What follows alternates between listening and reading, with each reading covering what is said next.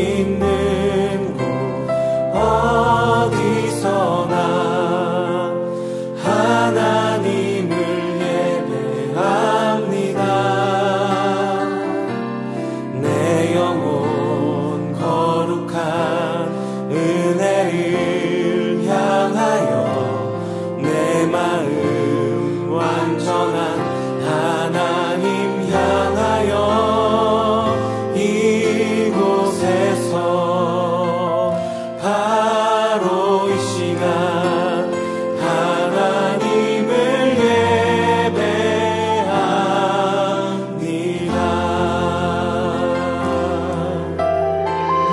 다시 한번 고백하겠습니다. 나는 하나님을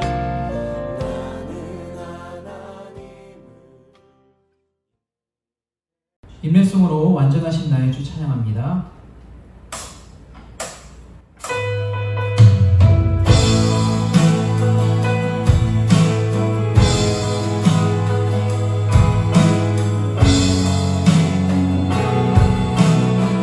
완전하신 나의 주,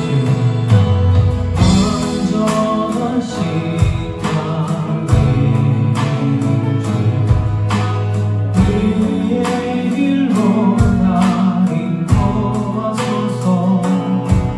내 안식 모든 주님의 영광 나 경배합니다. 예배합니다. 찬양합니다. 주님만 날 다스리소서. 예배합니다. 찬양합니다. 주님 홀로 높임 받으소서. 주님 홀로 높임 받으소서.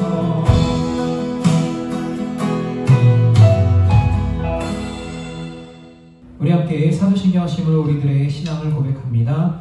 나는 전능하신 아버지 하나님 천지의 창조주를 믿습니다. 나는 그의 유일하신 아들 우리 주 예수 그리스도를 믿습니다.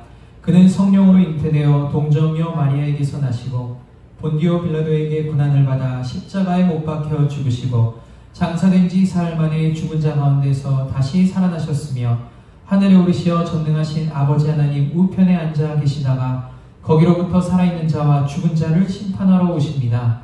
나는 성령을 믿으며 거룩한 공교회와 성도의 교제와 죄를 용서받는 것과 몸의 부활과 영생을 믿습니다. 아멘.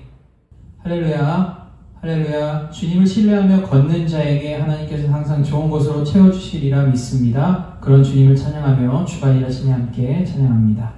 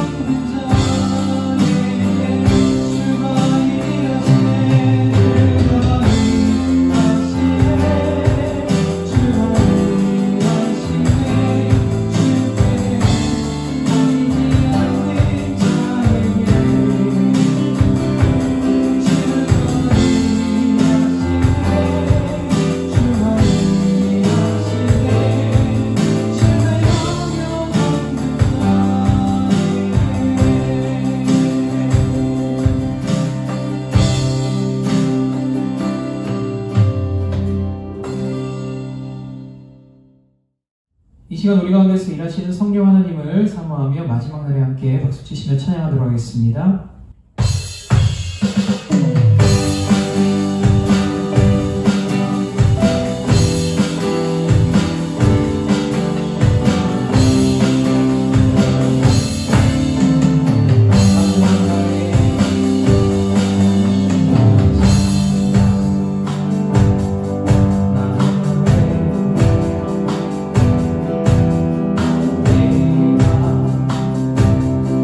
나의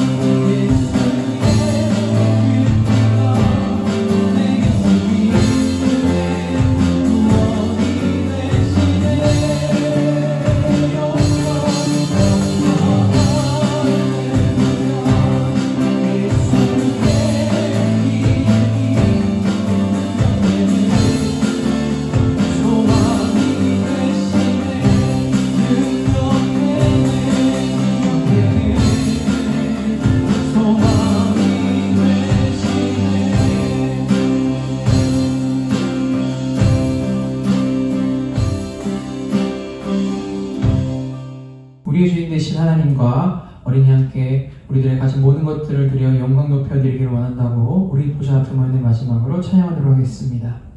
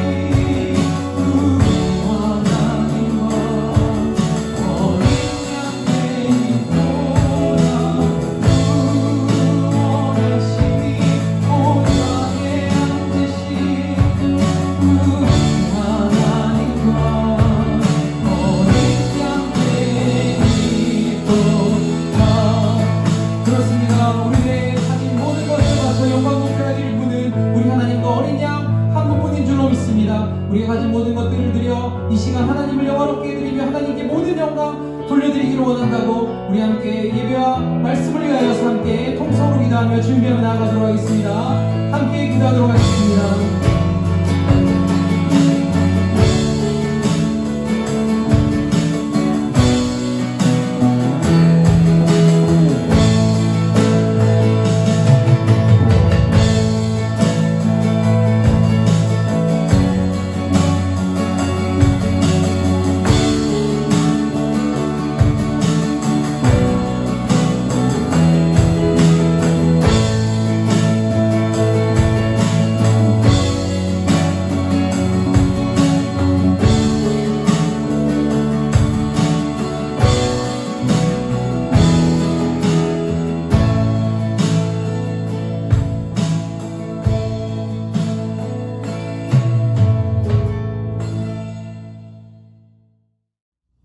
왕이신 하나님을 송축합니다. 찬양합니다. 경배합니다. 임재하셔서 영광을 받아 주옵소서. 오늘도 신령과 진정으로 하나님께 나아가오니 하나님 예배하는 심령들마다 하늘 평강, 기쁨, 소망이 충만케 하여 주옵소서. 우리의 모든 죄악을 주님의 십자가의 보혈로 맑게 씻겨주심으로 하나님 앞에 의로운 자로 하나님의 자녀된 삶을 살아갈 수 있는 자 되게 하여 주옵소서. 하나님, 사랑하는 양천의 모든 가족들, 삶의 터전, 또 교회, 이 민족, 온 세계 열방에 은총을 베풀어 주시옵소서. 오늘도 하나님 앞에 나아갑니다. 우리의 마음을 내려놓고 하나님 앞에 기도하는 제목마다 합력하여 선을 이루어주시는 하나님의 축복이 임하게 하여 주옵소서. 하나님, 오늘도 하나님의 은총을 구하며 하나님의 자비하심을 구하며 하나님의 긍휼하심을 구하는 자마다 하나님 보듬어 주옵시고 싸매어 주옵시고 치료해 주옵시고 함께하여 주옵소서. 예수님의 이름으로 기도하옵나이다. 아멘. 교회 소식 알려드립니다. 자, 여러분 한 주간도 잘 지내셨죠? 10월의 마지막 주일입니다. 10월 한 달도 잘 마무리하시고 또 믿음으로 건강하게 11월을 새롭게 출발할 수 있기를 바랍니다. 오늘은 선교자 헌신 주일입니다. 준비해서 하나님 앞에 우리 헌금을 드려주시면 되겠습니다. 자, 여러분 우리 한 주간도 또 믿음과 건강으로 승리할 수 있기를 기원합니다. 준비하신 예물 찬송가 216장 찬양하며 하나님께 올려드립니다.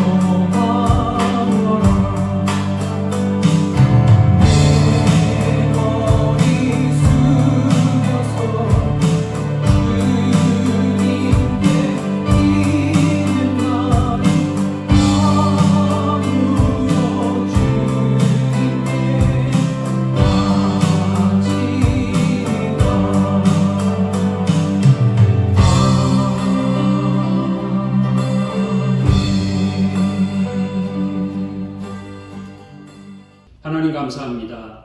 하나님 앞에 10월의 네 번째 주일을 예배합니다. 오늘은 선교장 헌신주일입니다. 하나님 앞에 드리는 모든 예물을 하나님 기뻐 받아 주옵소서. 감사하는 심령 위에 특은 감사의 은혜와 축복, 범사의 형통함이 임하게 하여 주옵소서. 11주를 드립니다. 사랑하는 성도들의 사업의 번영함, 직장의 형통함, 또 삶의 토전에서 손으로 수고하는 모든 일들마다 아름다운 열매 풍성케 하여 주옵소서.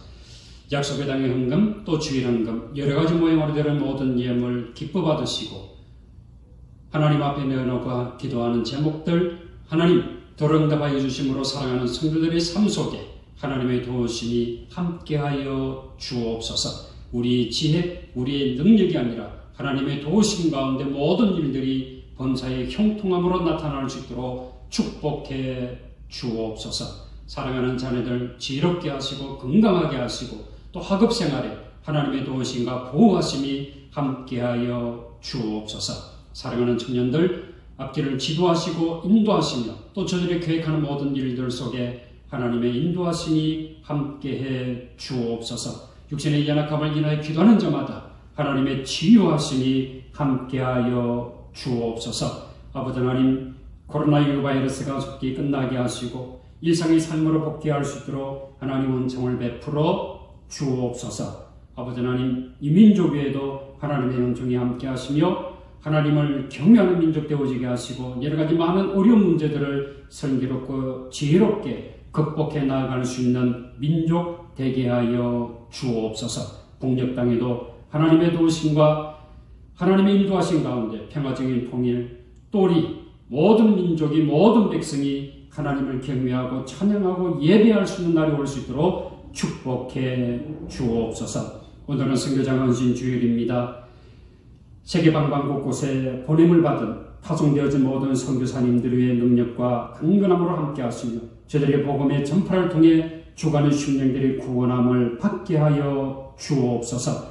우리 양천교회를 통해 이 지역 나라와 민족 온 세계 열방이 복을 받게 하시고 복음이 전파되어지게 하시고 하나님의 영광이 나타나게 하여 주옵소서. 모든 예물을 주께서 감량하여 주심을 믿사옵고 감사드리며 예수님의 이름으로 기도하옵나이다. 아멘. 자, 하나님의 말씀 봉독합니다. 우리 구약성경 신명기 8장 1절에서 10절까지 말씀입니다. 구약성경 274페이지 신명기 8장 1절에서 10절까지 말씀 봉독합니다. 내가 오늘 명하는 모든 명령을 너희는 지켜 행하라. 그리하면 너희가 살고 번성하고 여호와께서 너희의 조상들에게 명세하신 땅에 들어가서 그것을 차지하리라. 내 하나님 여호와께서 이 40년 동안에 너에게 강력기를 걷게 하신 것을 기억하라. 이는 너를 낮추시며 너를 시험하사 내 마음이 어떠한지 그 명령을 지키는지 지키지 않는지 알려 하심이라. 너를 낮추시며 너를 줄이게 하시며 또 너도 알지 못하며 내 조상들도 알지 못하던 만나를 내게 먹이신 것은 사람이 떡으로만 사는 것이 아니요 여호와의 입에서 나오는 모든 말씀으로 사는 줄을 내가 알게 하려 하심이니라. 이 40년 동안에 내 의복이 헤어지지 아니하였고 내 발이 부르트지 아니하였느니라. 너는 사람이 그 아들을 징계한 같이 내 하나님 여호와께서 너를 징계하시는 줄 마음에 생각하고 내 하나님 여호와의 명령을 지켜 그의 길을 따라가며 그를 경외할지니라. 내 하나님 여호와께서 너를 아름다운 땅에 이르게 하시나니 그곳은 골짜기든지 산지든지 시내와 분천과 샘이 흐르고 밀과 보리의 소산지요 포도와 무화과와 석류와 감람나무와 꿀의 소산지라. 내가 먹을 것에 모자람이 없고 내게 아무 부족함이 없는 땅이며 그 땅의 돌은 철이요 산에서는 동을 캘 것이라. 내가 먹어서 배부르고 내 하나님 여호와께서 옥토를 내게 주셨으므로 말미암아 그를 찬송하리라. 아멘. 오늘도 그러가 복된 주일 주님의 이름으로 모여 하나님께 예배를 드리는 사랑하는 양천의 모든 가족들 위해 또 삶의 터전에 우리 주님의 은혜와 평강이 함께하기를 축원합니다. 오늘 본문의 말씀의 배경은 지금 이스라엘 백성이 광야 40년 생활을 마무리하고 가나안 땅으로 들어가기 전입니다. 지금 이스라엘 백성들이 머물고 있는 곳은 요단강 건너편 모압 땅입니다. 약속의 땅이 바로 눈앞에 있습니다. 이제 요단강을 건너기만 하면 약속의 땅 가나안 땅입니다. 그런데 이스라엘 백성들은 이 약속의 땅 앞에서 오랫동안 정체했습니다. 왜 그들은 거기서 오랫동안 머물러야 했을까요? 요단강은 단순히 이 동쪽과 서쪽을 가르는 어떤 지리적 경계선의 의미만 있는 것은 아닙니다. 요단강은 지리적 차원을 넘어서 신앙적 또 신학적 의미를 가지고 있는 경계선이라고 볼 수가 있습니다. 광야의 나그네 삶과 가나안의 안정적인 정착 사이의 경계선이지요. 그래서 요단강을 건넌다고 하는 것은 이 광야 생활의 청산을 의미합니다. 그리고 가나안에서의 이제 광야와는 전혀 다른 삶의 방식이 펼쳐지는 것입니다. 이스라엘 백성들은 처음으로 자기들이 이 정복하고 또 소유한 땅에서 정착해 살게 됩니다. 광야의 삶과 이제 완전히 다른 삶이 되는 거지요. 자, 그런 의미에서 광야와 가나안의 삶에서 무엇이 중요한지를 제가 여러분에게 질문을 통해서 이해해 볼까 합니다. 광야에서 혼자서 살 길을 가야 한다고 생각해 보세요. 제가 온종일 이 햇볕만 내리쬐는 광야길을 가는 여러분에게 선물을 드리고 싶습니다. 바로 황금과 생수입니다. 그런데 황금과 생수 중에 하나만을 선택하셔야 합니다. 여러분은 무엇을 선택하시겠습니까? 황금입니까? 생수입니까? 참 어떻게 보면 어리석은 질문이지요. 그러나 도로 생수보다 황금을 선택하시는 분들이 있을 것입니다. 광야에서 탈진으로 죽더라도 나는 황금을 가슴에 안고 죽으리라 생각하는 분들이 있을 수 있습니다. 그렇습니다. 광야에서는 황금보다 귀한 것이 생수입니다. 광야에서는 황금을 팔아서라도 생수를 사야 합니다.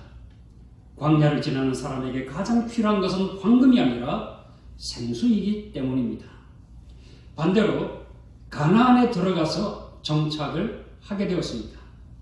정착하게 된 기념으로 제가 여러분에게 또 선물을 드리고 싶습니다. 바로 황금과 생수입니다. 이 둘 중에 하나를 선택하셔야 합니다. 그러면 여러분들은 이제 무엇을 선택하시겠습니까? 고민할 것도 없지요. 이제는 황금이지 않겠습니까? 이 광야의 삶과 가나안의 삶은 분명히 다릅니다. 살아가는 삶의 방식이 달라지지만 그러나 달라지면 안 되는 것이 있습니다. 이스라엘 백성들에게 광야에서 생수를 공급해 주신 하나님, 또 가나안 땅에서 풍요를 주시는 하나님을 섬기는 것만은 결코 달라지지 말아야 합니다. 그래서 하나님은 이스라엘 백성들이 가나안 땅에 들어가기 전에 모세를 통해서 다시금 말씀하십니다. 아니, 명령하시는 거지요. 그 이유는 이스라엘 백성들이 광야에서 가나안 땅으로 들어가서 성공적인 믿음의 삶을 살기를 원하시기 때문입니다. 가나안 땅에서 얻을 황금에 취해서 살지 말고 황금을 주시는 하나님을 바라보며 살기를 원하십니다. 첫 번째, 광야에서 도우신 하나님을 기억하라입니다. 모세는 하나님께서 이스라엘을 광야로 인도하신 것을 상기시키면서 40년 동안의 과거를 돌아보게 하셨습니다. 신명기 8장 2절을 보세요. 내 하나님 여호와께서 이 40년 동안에 내게 광야 길을 걷게 하신 것을 기억하라. 이는 너를 낮추시며 너를 시험하사 내 마음이 어떠한지 그 명령을 지키는지 지키지 않는지 알려 하십니다. 자, 여러분, 하나님께서 이스라엘 백성들에게 무엇을 기억하라고 하십니까? 이 40년 동안에 내게 광야 길을 걷게 하신 것을 기억하라 라고 말씀하십니다. 여러분, 광야의 삶은 어떤 삶입니까? 이 광야의 삶의 특징이 무엇입니까? 이 광야를 읽다라는 책에서 이진희 목사님은 광야에서는 이 광야만의 생존 법칙이 있다라고 소개합니다. 이 광야에서의 생존 법칙은 하나예요. 하나님이 주시는 것에 만족하며 감사히 먹는 것이다 라고 단정합니다. 이 만나와 메추라기 얼마나 감사합니까? 내가 수고한 것이 아무런 것도 없습니다. 그냥 주시는 것에 감사히 먹는 것입니다. 옷 한 벌로 감사하는 것입니다. 뜨거운 햇빛이 내리쬐는 광야에서는 아무리 비싼 옷도 소용이 없습니다. 햇빛을 가리는 가벼운 천만 있다고 하면 그저 감사한 일이지요. 신발 한 켤레만으로도 감사하는 것입니다. 이 까칠까칠한 모래로부터 발을 지킬 수 있는 신발 한 켤레만 있다면 그것으로 족한 줄로 알고 감사하는 것입니다. 여러분, 왜 광야에서 옷과 신발이 중요할까요? 음식 다음으로 생존의 필수품이기 때문이지요. 그래서 오늘 본문의 말씀에서도 강조하고 있는 것이 바로 옷과 신발이에요. 자, 우리 신명기 8장 4절 말씀을 보시기 바랍니다. 이 40년 동안에 내 의복이 헤어지지 아니하였고 내 발이 부르트지 아니하였느니라. 출애굽 40년 동안 하나님께서 크고 놀라운 기적을 행하셨습니다. 옷이 40년 동안 해지지 않았습니다. 신발이 닳지 않았습니다. 왜 옷과 신발을 특별히 언급하셨을까요? 어시해지면 일사병에 걸려 쓰러지고 마는 것입니다. 신발이 닳게 되면 뜨거운 모래에 더 이상 걷지 못해서 죽고 마는 것입니다. 그러니 옷이 헤어지지 않고 발이 부르트지 아니하도록 하나님께서 도우신 것입니다. 하나님의 베푸신 은혜이지요. 그렇다면 이 이스라엘 백성들이 기억해야 할 것이 무엇입니까? 내가 잘났어, 내가 잘해서 광야를 지나갔다는 것이 아닙니다. 출애굽하게 하신 하나님께서 광야에서 나를 도와주심으로 이렇게 여기까지 왔다는 것입니다. 이것을 무엇하라? 기억하라. 이것을 기억하라고 말씀하시는 것입니다. 오늘 저와 여러분도 기억해야 합니다. 광야와 같은 삶을 살아가고 그리고 살아가고 있습니다. 하나님께서는 우리의 생존에 필요한 것들을 부족함이 없도록 채우시는 하나님이십니다. 사도 바울은 빌립보서 4장 19절에서 고백합니다. 나의 하나님이 그리스도 예수 안에서 영광 가운데 그 풍성한 대로 너희 모든 쓸 것을 채우시리라. 아멘.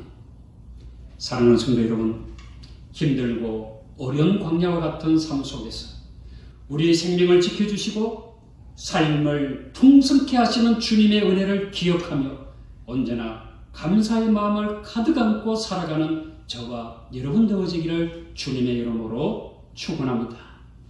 둘째는 광야 훈련의 목적은 낮추는 훈련입니다. 광야는 끝없이 광대합니다. 그것으로 몇 시간을 달려도 풀 한 포기 보기 힘든 돌산이 펼쳐집니다. 광야는 위험하지, 광야는 배고픈 곳입니다. 이런 곳에서 하나님께서는 이스라엘 백성들을 무엇하셨다고요? 훈련하셨습니다. 훈련의 목적이 무엇입니까? 바로 낮추는 훈련입니다. 낮추는 것은 곧 겸손을 의미하지요. 신명기 8장 2절과 3절 말씀을 보겠습니다. 내 하나님 여호와께서 이 40년 동안에 내게 광야길을 걷게 하신 것을 기억하라. 이는 너를 무엇하시며 낮추시며 너를 시험하사 내 마음이 어떠한지 그 명령을 지키는지 지키지 않는지 알려 하십니다. 그리고 3절 말씀을 시작하면서 너를 어떻게 하시며 낮추시며 너를 낮추시면 너를 줄이게 하시며 또 너도 알지 못하며 내 조상들도 알지 못하던 만나를 내게 먹이신 것은 사람이 떡으로만 사는 것이 아니요 여호와의 입에서 나오는 모든 말씀으로 사는 줄을 내가 알게 하려 하심이니라. 자, 2절과 3절에서 반복해서 나오는 단어가 무엇입니까? 낮추시며 낮추시는 훈련입니다. 광야 훈련의 목적은 낮추는 훈련입니다. 여러분, 낮추는 훈련이 뭐가 힘들길래 40년 동안을 하셨습니까? 라고 반문할 수도 있겠지요. 그런데 훈련 가운데 가장 힘들고 어려운 훈련이 바로 이 낮추는 훈련입니다. 겸손의 훈련이지요. 내 지혜와 능력을 자랑하지 아니하고 오직 여호와 하나님만을 의지하고 하나님의 도우심으로 사는 훈련이 가장 힘들고 어려운 훈련입니다. 어쩌면 저와 여러분도 지금 이 하나님의 낮추시는 훈련의 과정 중에 있다라고 보셔야 합니다. 이 광야는 인간의 능력으로 살아갈 수 있는 곳이 아닙니다. 광야는 하나님만을 바라보아야 살 수 있는 곳입니다. 광야에서 하나님은 이스라엘 백성들에게 하나님을 의지하며 사는 법을 배우게 하셨습니다. 3절 말씀에서 내 조상들도 알지 못하던 만나를 내게 먹이셨다라고 말씀하십니다. 만나를 어떻게 먹이셨지요? 그날 주셨습니다. 뭐 많이 저장해도 하루가 지나면 다 썩어버립니다. 안식일에만 이틀치를 두어도 썩지 않았습니다. 그래서 매일매일 하나님만 바라보게 의지하게 훈련하신 것입니다. 광야의 이스라엘 백성들이 먹기 위해서는 어디를 쳐다보아야 할까요? 바로 하늘을 쳐다보아야 합니다. 하늘을 쳐다본다고 하는 것은 하나님만을 의지한다라고 하는 의미입니다. 그렇다고 해서 하나님께서 직접 집까지 배달하신 것은 결코 아닙니다. 만나를 주시되 거두는 것은 인간이 해야 합니다. 거두는 수고를 해야 먹게 하셨습니다. 자, 아무튼 하나님은 만나를 통해서 이스라엘 백성들이 하늘의 하나님만을 의지하도록 훈련하신 것입니다. 오늘 우리에게도 매일의 양식이 필요합니다. 광야에는 쌓아두는 곡간이 없습니다. 곡간을 만들려고 하면 거기에 머물러 살아야 하지 않습니까? 그런데 광야에서는 머물러 살 수가 없습니다. 또한 쌓아둔다고 해도 만나는 안식일을 제외하고 모아두면 다음 날에는 모두 썩어서 먹지를 못합니다. 만나는 모아 먹는 양식이 아니었습니다. 하나님은 이스라엘 백성들에게 일용할 양식만 주셨던 것이요. 그래서 광야에서는 부자도 없고 가난한 사람도 없었습니다. 그 누구도 곡간에 쌓아놓고 사는 사람이 없었습니다. 광야에서는 풍성한 삶을 사는 것이 목표가 아니라 생존이 목표였습니다. 광야를 지나면서 곡간을 지으려고 해서는 안 됩니다. 모으지 못한다라고 조급해하지 않습니다. 광야의 이스라엘 백성들은 모아놓은 것이 하나도 없었지만 한 번도 먹을 것이 없어 굶주린 적이 없습니다. 항상 그날 필요한 것을 하나님이 채워주셨기 때문입니다. 여러분, 우리도 뭔가 이 땅에 쌓아두어야 안심이 되지 않습니까? 자, 미래가 어떻게 될지를 모르기에 자신의 역량에 맞게 준비는 해야 합니다. 그러나 너무 욕심을 내서 하지는 말아야 합니다. 미래의 안정과 행복을 위해서 지금 없어 보이게 또 불행하게 살지는 말아야 합니다. 지금 우리에게 주시는 것을 감사하며 나누며 사는 자가 미래에도 행복한 삶을 살 수가 있습니다. 영적인 은혜도 마찬가지입니다. 과거에 받은 은혜만 생각하고 지금 은혜 받기를 게을리한다면 우리의 영혼은 굶주린 영혼이 될 것입니다. 영적인 양식도 쌓아두는 것이 아닙니다. 매일 영적인 하나님의 말씀을 먹어야 합니다.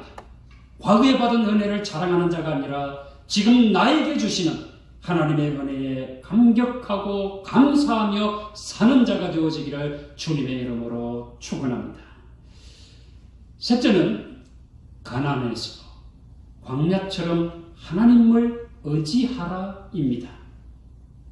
오늘 본문의 말씀에는 가나안 땅을 소개하고 있습니다. 여러분, 가나안 땅이 어떤 땅인지 궁금하시죠? 자, 우리 신명기 8장 7절에서 10절 말씀을 보겠습니다. 내 하나님 여호와께서 너를 아름다운 땅에 이르게 하시나니 그곳은 골짜기든지 산지든지 시내와 분천과 샘이 흐르고 밀과 보리의 소산지요 포도와 무화과와 석류와 감람나무와 꿀의 소산지라. 내가 먹을 것에 모자람이 없고 내게 아무 부족함이 없는 땅이며 그 땅의 돌은 철이요 산에서는 동을 캘 것이라. 내가 먹어서 배부르고 내 하나님 여호와께서 옥토를 내게 주셨으므로 말미암아 그를 찬송하리라. 여러분 어떻습니까? 광야와 완전히 딴 세상이죠. 이제 더 이상 물을 찾아 헤매지 않아도 됩니다. 골짜기든지 산지든지 시내든지 시내와 연못과 샘물이 있습니다. 이제 만나를 기다릴 필요도 없습니다. 그 땅은 밀과 보리, 무화과와 석류, 감람나무와 꿀이 있습니다. 철이 돌처럼 흔하고 산에서 구리를 캘 것입니다. 광물이 풍부합니다. 그때는 철과 구리의 귀중성을 잘 몰랐겠지만 지금에 와서는 천년 자원이 풍부한 땅을 하나님께서 주신 것입니다. 그런데 왜 하나님은 요단강을 바로 건너가게 하시지 아니하고 이스라엘 백성들을 모압 땅에 머물게 하셨을까요? 멈춰 세워서 하나님의 말씀을 다시금 상기시키고 계실까요? 여러분, 그 이유가 무엇이겠습니까? 그것은 광야보다 영적으로 더 위험한 땅이 바로 이스라엘 백성들이 들어가서 살아야 할 가나안 땅이라고 하는 것입니다. 광야보다 더 위험한 곳이기 때문이지요. 왜 젖과 꿀이 흐르는 땅이 위험한 곳일까요? 광야에서는 인간의 힘으로 살 수가 없었습니다. 하나님만을 바라볼 수밖에 없었던 것이요. 그러나 가나안 땅에서는 이제 인간의 힘으로 먹고 살 수가 있게 되었습니다. 광야에서는 곡간을 지을 수 없었습니다. 그러나 가나안 땅에서는 이제 곡간이 필요해서 누구나 지을 수 있습니다. 배부르고 등 따시게 살 수 있게 되었습니다. 자신의 노력에 따라서 부를 축적하며 나름대로 행복을 추구하게 되었습니다. 자, 여기에 문제가 있습니다. 광야의 삶에서 이스라엘 백성들이 받은 훈련은 하나님을 의지하는 훈련이었습니다. 하나님이 아니면 살 수가 없었던 것이요. 그러나 가나안의 풍요는 더 이상 하나님을 의지하지 않아도 나름 인간적 삶을 살 수 있게 되었다라고 하는 것입니다. 하나님의 도우심에 의지하기보다는 자신이 스스로의 삶을 계획하고 이끌어가는 삶을 살아도 기본적 생존의 문제는 해결할 수 있게 되었습니다. 이쯤 되면 여러분도 하나님께서 무엇을 염려하시는지 아시겠지요? 가나안의 풍요가 하나님을 대신하는 것입니다. 돈이 곧 신이 되는 것입니다. 우상 숭배가 그들의 행복이라고 믿게 되는 것입니다. 이런 착각에 빠질까 봐 하나님께서 이스라엘 백성들을 요단강을 건너가기 전에 다시금 모세를 통해서 말씀을 주시는 겁니다. 신명기 8장 18절 말씀을 우리 다 같이 보겠습니다. 내 하나님 여호와를 기억하라. 그가 내게 재물 얻을 능력을 주셨습니다. 이같이 하심은 내 조상들에게 명시하신 언약을 오늘과 같이 이루려 하심이니라. 이스라엘이 요단강 앞에서 가슴에 새겨야 할 말씀입니다. 아니, 명심해야 할 말씀입니다. 약속의 땅에 들어가거든 내 하나님 여호와를 기억하라 라는 말씀입니다. 다시 말하면 기억 상실증에 걸리지 말아라 라고 하시는 것입니다. 광야에서 베푸신 하나님의 은혜를 기억하라 라고 하는 것입니다. 광야에서 함께 하신 하나님의 은혜를 기억하라라고 하는 것입니다. 하나님의 은혜를 기억하며 사는 비결은 바로 여기에 있습니다. 신명기 8장 3절 말씀입니다. 너를 낮추시며 너를 줄이게 하시며 또 너도 알지 못하며 내 조상들도 알지 못하던 만나를 내게 먹이신 것은 사람이 떡으로만 사는 것이 아니요 여호와의 입에서 나오는 모든 말씀으로 사는 줄을 내가 알게 하려 하심이니라. 아멘. 광야에서 주신 하나님의 교훈은 이것입니다. 너희가 가나안 땅에서 안정된 삶을 살 때에 이것을 기억하라 라고 하시는 것입니다. 사람이 떡으로만 사는 것이 아니라 하나님의 말씀으로 살아야 한다는 것입니다. 하나님의 말씀이 내 삶에 없으면 우리는 이 땅이 주는 즐거움에 취해서 하나님을 잊어버리고 마는 것입니다. 저와 여러분이 하나님의 말씀을 매일매일 먹지 않는다면 자랑스럽게 쌓아둔 것이 하나님과 상관이 없는 것이 될 수도 있습니다. 아니 오히려 하나님의 영광을 가리는 도구가 될 수도 있습니다. 광야에서 가나안으로 들어가기 전에 하나님께서는 이스라엘 백성들이 하나님의 도우심을 기억하여 가나안 땅에서도 여전히 하나님만을 섬기기를 원하셨습니다. 하나님을 기억하여 섬기는 신앙만이 이스라엘 백성들이 계속해서 하나님의 백성으로 살 수 있는 길이기 때문입니다. 사랑하는 성도 여러분, 지금 내 삶이 광야입니까? 가나안입니까? 아니면 광야에서 가나안으로 들어가기 전입니까? 아니면 가나안으로 들어가 안정된 삶을 살고 계십니까? 내가 머무는 곳에서 낮은 자세로 하나님의 도우심을 구하며 매일매일 하나님의 말씀의 인도를 따라 살아가는 저와 여러분 되어지기를 주님의 이름으로 축원합니다. 기도하겠습니다.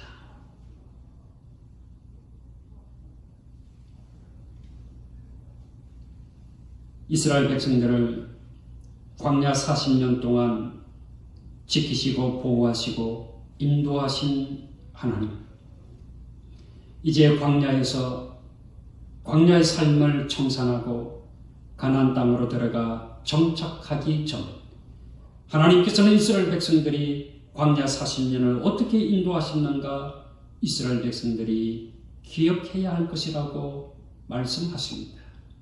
주님, 오늘 우리 사랑하는 영적인 모든 가족들도 우리 삶을 지금까지 인도하신 하나님의 역사하심과 도우심과 함께하심을 기억하는 자 되게 하여 주옵소서.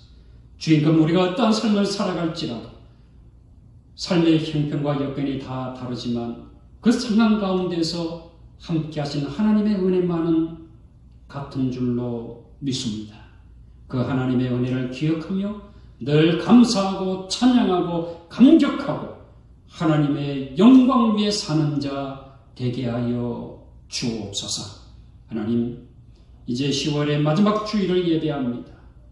지금까지 함께 하신 하나님 감사합니다.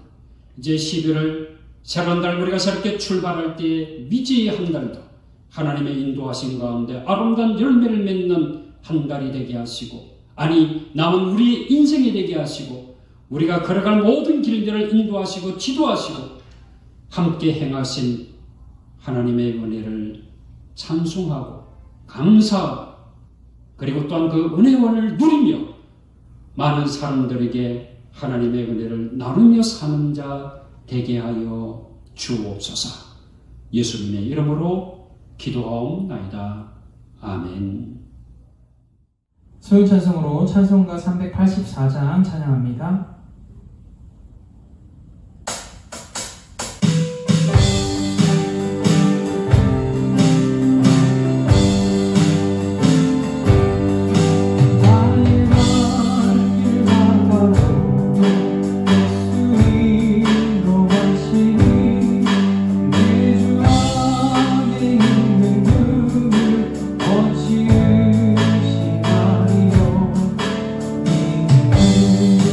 주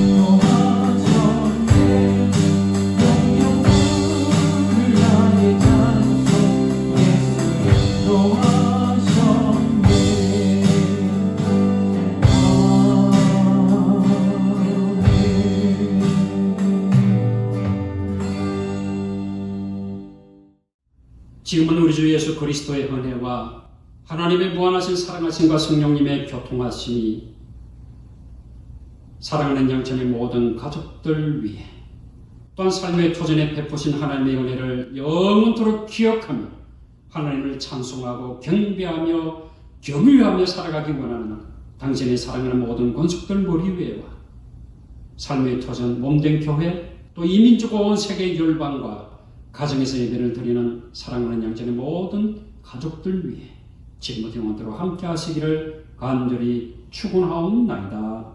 아멘.